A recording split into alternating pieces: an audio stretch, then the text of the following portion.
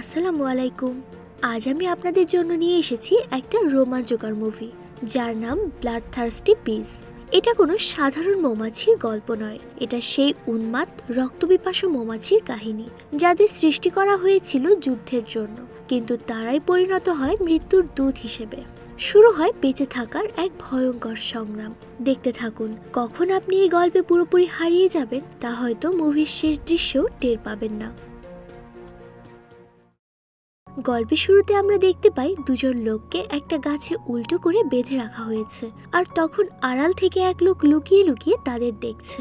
ঠিক সেই সময় দূর থেকে এক বিশাল মানুষ খেকো মৌমাছির ঝাঁক তাদের দিকে এগিয়ে আসে, আর দেখতে না দেখতেই সেই মৌমাছির দল লোক দুটোকে আক্রমণ করে মুহূর্তের মধ্যেই তাদের খেয়ে কঙ্কাল বানিয়ে ফেলে।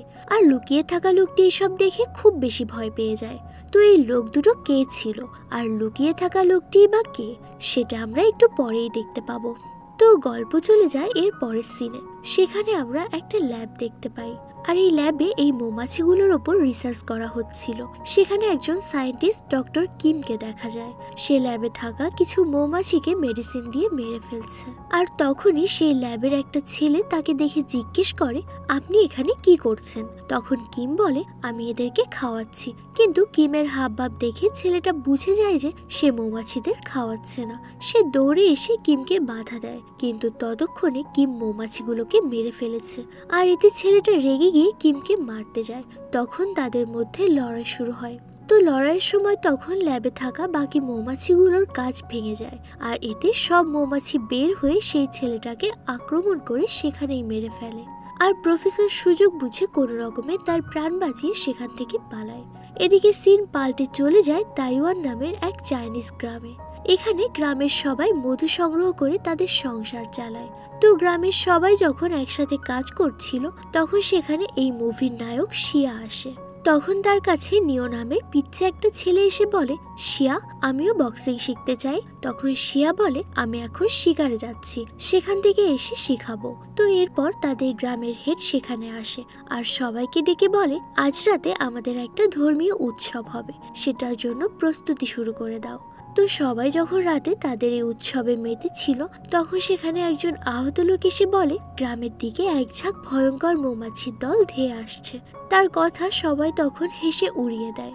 আর তখনই সেখানে বিশাল সাইজের রানী মৌমাছিটা এসে এক লোকের উপর হামলা করে বসে, আর সাথে সাথে পুরো মৌমাছির ঝাঁক তাদের উপর আক্রমণ শুরু করে।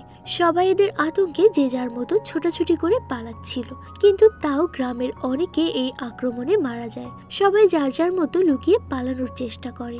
এরপর সিন চলে যায় জাপানিজ সেনাবাহিনীর অফিসে। সেখানে তাদের কর্নেল লিমিনকে দেখানো হয়। সে তখন জরুরি গিল নামের আরেক সেনা অফিসারকে ডেকে আনে। গিল আসার পর কর্নেল তার উপর রেগে যায় মৌমাছির স্যাম্পলগুলো হারিয়ে যাওয়ার কারণে, তাই তাকে 7 দিন সময় দেয়। এর মধ্যে ডক্টর কিম আর মৌমাছির স্যাম্পলগুলো খুঁজে বের করার জন্য। আর তখনই সেখানে লি নামের একটা মেয়ে এসে কি হয়েছে জানতে চায়। তখন গিল তাকে কিছু মৃত মৌমাছি এনে দেখায়। এত বড় মৌমাছি দেখে লি অনেক অবাক হয়ে যায় এবং জিজ্ঞেস করে, এগুলো এত বড় কেন? তখন গিল তাকে বলে, ডক্টর কিম এই মানুষ খেকো মৌমাছিগুলোকে বানিয়েছে মানুষের ক্ষতি করার জন্য, আর সেটা ল্যাবের একটা ছেলে দেখে ফেলায় উনি ছেলেটাকে মেরে মৌমাছির স্যাম্পল নিয়ে পালিয়ে গেছে। এটা শুনে লি বলে, অসম্ভব, আমার বাবা এরকম কখনো করতে পারে না।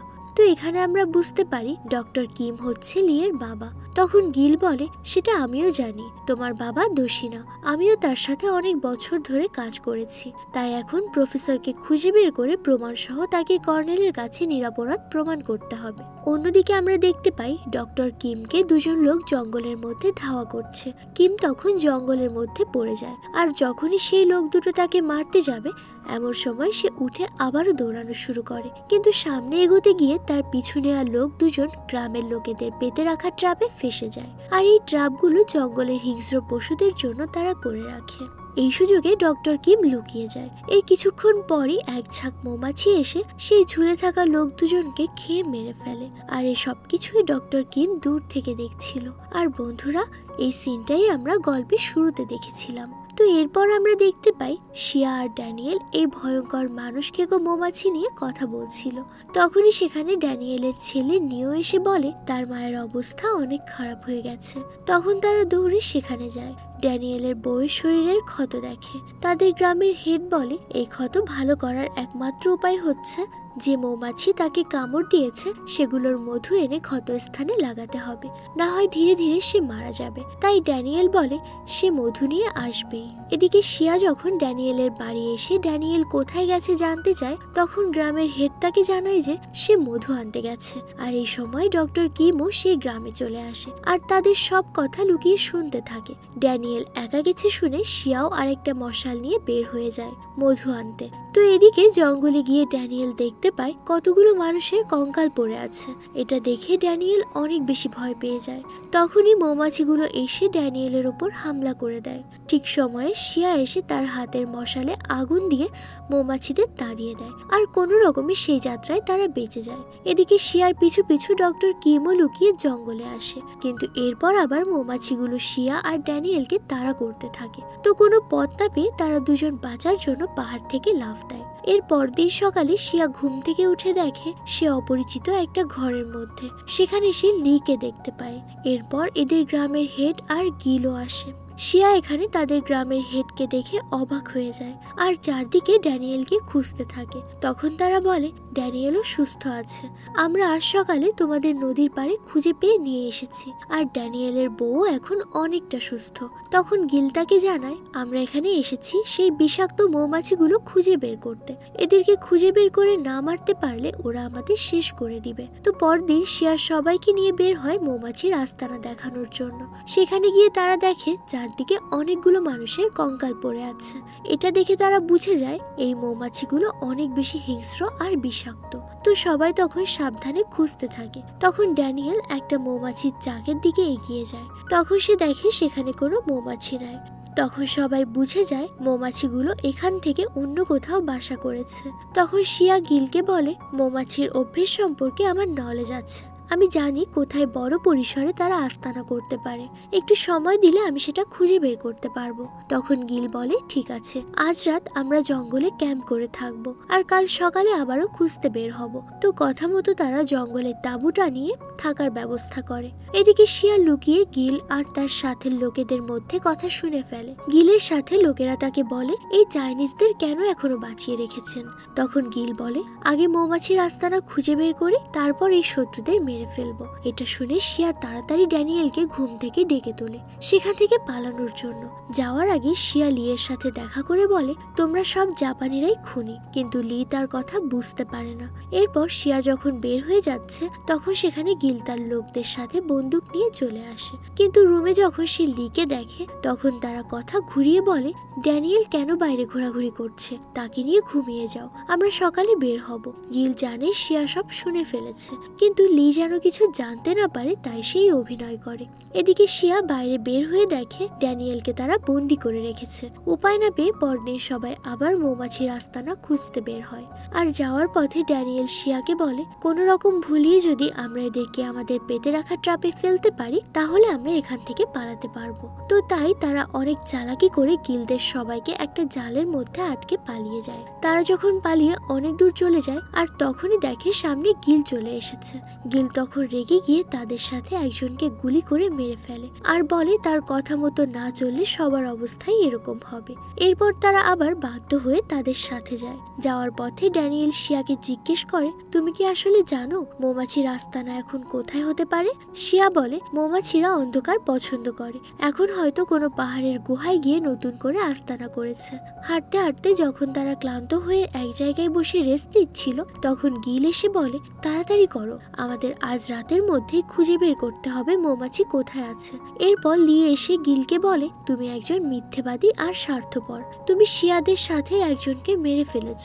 তখন গিল রেগে গিয়ে আবার আরেকজনকে গুলি করে মেরে ফেলে। শিয়া তখন রেগে গিয়ে গিলের সাথে লড়াই শুরু করে দেয়। গিল তখন শিয়াকে অনেক বেশি মারে আর হুমকি দিয়ে বলে আজ রাতের মধ্যে যদি আস্তানা খুঁজে বের করতে না পারি তাহলে তোমাদের সবাইকে মেরে ফেলবো। তো এরপর তারা আবার হাঁটা শুরু করে। কিছুক্ষণ পর শিয়া তাদেরকে একটা পাহাড়ের গুহায় নিয়ে যায়। ভেতরে ঢুকে তারা মৌমাছির চাক দেখে বুঝে যায় এখানেই তারা আস্তানা করেছে।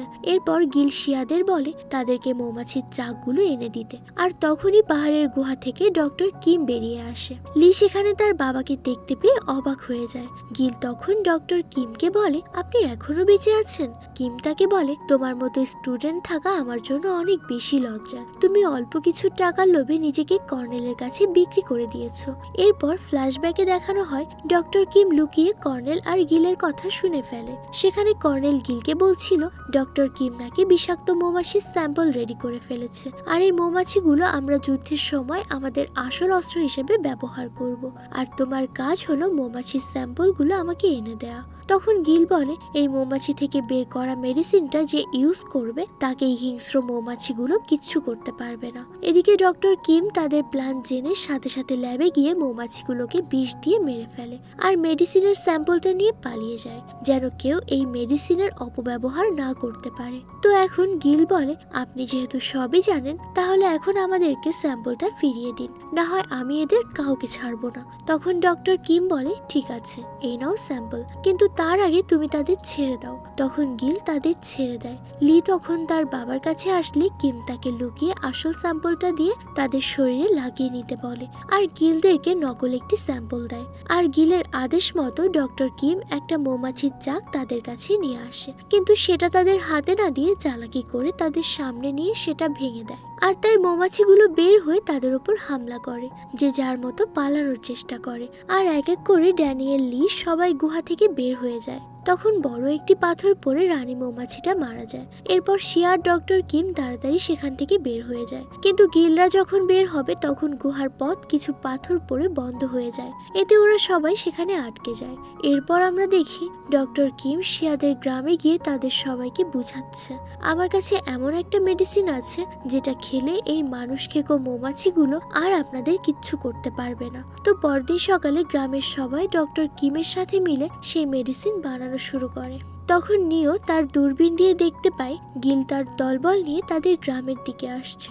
নিও দ্রুত গিয়ে সবাইকে জানায়। তখন তারা সবাই অবাক হয়ে যায়, গিল ওই গুহা থেকে বেঁচে ফিরলো কিভাবে। তারপর শিয়া ডক্টর কিম আর লিকে তাদের মেডিসিন নিয়ে লুকিয়ে থাকতে বলে, আর পুরো গ্রামের সবাই তখন প্রস্তুতি নেয় গিলকে মোকাবেলা করার জন্য। এরপর গিল যখন তার দলবল নিয়ে গ্রামের ভেতর আসে তখন গ্রামের সবাই তাদের উপর হামলা শুরু করে, আর এতে শুরু হয়ে যায় ভয়ঙ্কর এক লড়াইয়ের এক পর্যায়ে গিয়ে শিয়াকে অনেক বেশি আহত করে ফেলে গিল, আর তার দিকে বন্দুক তাক করে জোরে জোরে ডক্টর কিমকে ডেকে বলে, আপনি যদি মেডিসিন নিয়ে না বের হন তাহলে আমি এখানেই শিয়াকে মেরে ফেলবো। তখন উপায় না পেয়ে কিম তার মেয়ে লিয়ের কাছে মেডিসিনের নোটবুকটা দিয়ে বলে, আমি না থাকলে তোমাকে এই মেডিসিন বানাতে হবে। এরপর ডক্টর কিম সেখান থেকে বের হয়ে গিলের সামনে যায় আর বলে, আমি কিছুতেই এই মেডিসিনটা তোমাকে দিব না, তুমি এখন অমানুষ হয়ে গেছো, আর তোমার হাতে এটা গেলে সাধারণ মানুষেরই ক্ষতি হবে। তখন গিল রেগে গিয়ে ডক্টর কিমের ওপর হামলা করে বসে, আর এই সুযোগে শিয়া ও গিলের ওপর হামলা করে। এবার শিয়া গিলকে মেরে অনেক বেশি আহত করে ফেলে। গিলকে সে মেরেই ফেলবে এমন সময় ডক্টর কিম বলে, ওকে ক্ষমা করে দাও, জানে মেরো না। আর তখনই সবাই দেখে সেই বিষাক্ত মৌমাছিগুলো আবার তাদের দিকে আসছে। তখন সবাই ছোটাছুটি করে পালাতে থাকে, আর এই সময় গিল গুলি করে ডক্টর কিমকে মেরে ফেলে। তখন লি বের হয়ে এসে তার বাবাকে ধরে কান্না করতে থাকে। ডক্টর কিম তখন শিয়ার হাতে লিকে দিয়ে যায় আর তার খেয়াল রাখতে বলে। এরপর দেখা যায় সেই মানুষ খেকো মৌমাছিগুলো এসে গিলকে আক্রমণ করে মেরে ফেলে, আর এখানেই গল্পটা শেষ হয়ে যায়। এই মুভিটা আমাদের একটা গুরুত্বপূর্ণ শিক্ষা দেয় যে প্রকৃতির নিয়মে অতিরিক্ত হস্তক্ষেপ কখনোই ভালো ফল আনে না। বিজ্ঞান আর ক্ষমতার দম্ভ যখন নিয়ন্ত্রণ হারায় তখন তা মানুষের জন্য ভয়ঙ্কর পরিণতি বয়ে আনে। তাই প্রযুক্তি কিংবা ক্ষমতা যাই হোক, তা ব্যবহার হোক মানবতার কল্যাণে, ধ্বংসের জন্য নয়। তো কেমন লাগলো আমাদের আজকের গল্পটা? ভালো লাগলে নিচে কমেন্ট করে জানাতে ভুলবেন না। আর যদি ভিডিওটি ভালো লাগে তাহলে লাইক, শেয়ার ও সাবস্ক্রাইব করতে অবশ্যই ভুলবেন না। দেখা হবে পরের কোনো রোমাঞ্চকর ভিডিওতে। ততক্ষণ পর্যন্ত সবাই ভালো থাকবেন। আল্লাহ হাফেজ।